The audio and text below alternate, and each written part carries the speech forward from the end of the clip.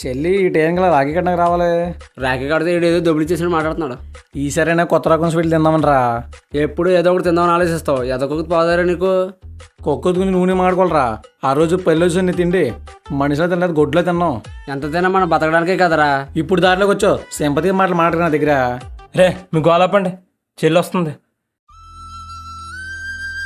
అన్నయ్యలు ఈసారి డబ్బులు ఎక్కువగా ఇవ్వాలి. ఇవ్వక తప్పుతుందా? వద్దన్నయ్యలు, సరదాగా అడిగాను. అందరూ నీళ్ళు ఆలోచిస్తే రాఖీ పండుగ రోజు ఇవన్నీ భయపడ్డామ్మా.